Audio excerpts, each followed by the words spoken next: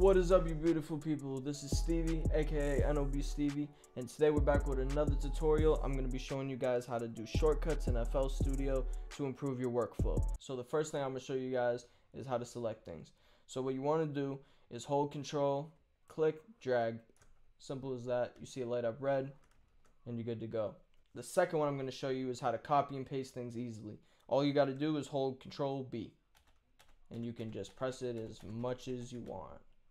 As much as you want. Thirdly, you want to know how to zoom. So the easiest way to zoom, rather than taking this and dragging it out and then moving it to where you need to be, easy way to do it is Control, Aim, Zoom. Wherever you move your mouse while you're holding Control and zooming, it's going to zoom in where you need it to go. Thanks, FL. Alright, so the next thing I'll be showing you how to do is to record your melody and put it as an audio file. So what you need to do is have your beautiful melody in your piano roll.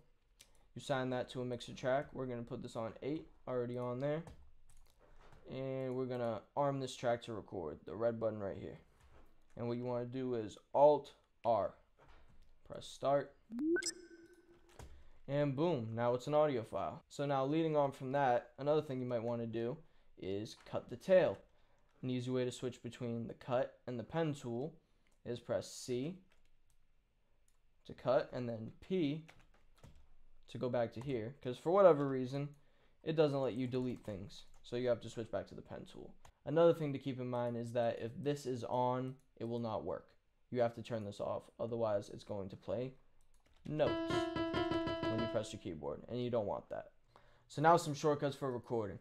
So we're going to use this just as an example. We're going to have this arm to record. Pretend that's our vocal track, even though it's the melody, the wonderful melody we had from before. To highlight this, all you have to do is press R. So R, press the space bar to start recording. And then it'll record. And let's say we don't like the recording, you do Control, Alt, Z. Press OK or Enter, and that will get rid of it. One thing that's really important with this is that when you don't delete these files, they end up staying on your computer and just taking up unnecessary space.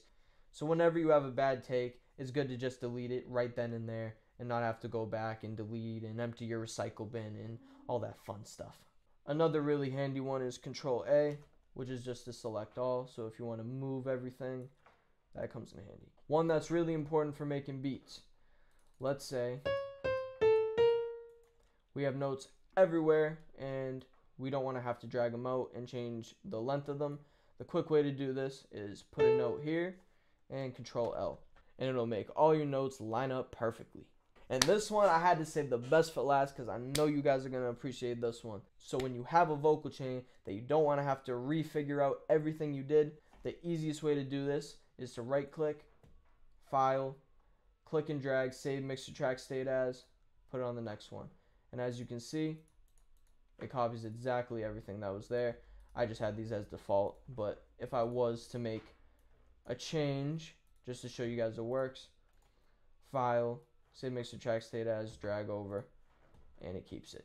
Which also works for individual plugins. So if I was to go here, save preset as, and drag that over, it'll just drag over the preset of that plugin.